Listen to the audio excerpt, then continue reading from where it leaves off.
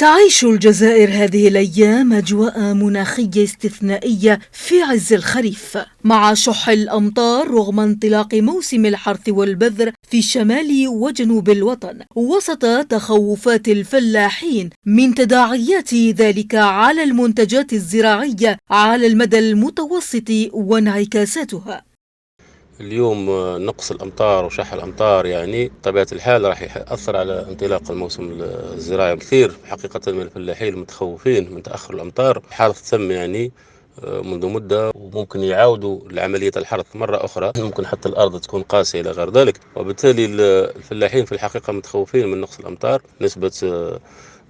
تعثر سواء في الإنتاج، يعني لما يكون الزرع متأخر بطبيعة الحال دائما الحصيلة تكون ضعيفة، لأنه نتوقع احنا راح إن شاء الله تكون فيه إن شاء الله أمطار القريب العاجل إن شاء الله.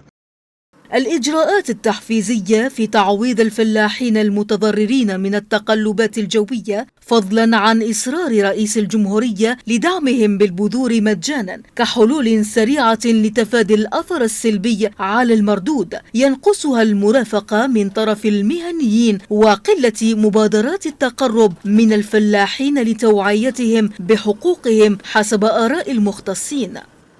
اليوم المهنيين والوسطاء كما نقولوا اللي يقدروا يعاونوا الفلاح باش يستفيد في أقرب فرصة يعني من هذه القرارات اللي أصدرها السيد رئيس الجمهورية ولا الدواوين المختصة إلى غير ذلك، وبالتالي كل المهنيين مدعوين باش يكثفوا الجهود ويتقربوا من سواء غرف فلاحية، سواء اتحاد فلاحين، سواء مهنيين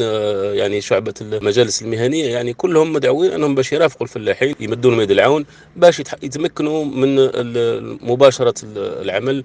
حرص الدولة على توفير البذور وتسخير الإمكانات اللازمة من العتاد الفلاحي بغية إنجاح موسم الحرث والبذر وتعويض الفلاحين المتضررين من التقلبات الجوية التي كبدتهم خسائر كبيرة، يعكس التزام السلطات العليا لبلوغ أهدافها المسطرة في تحقيق الأمن الغذائي للبلاد، زيادة على انتهاج أساليب حديثة في السقي واستعمال مياه الصرف المعالجة.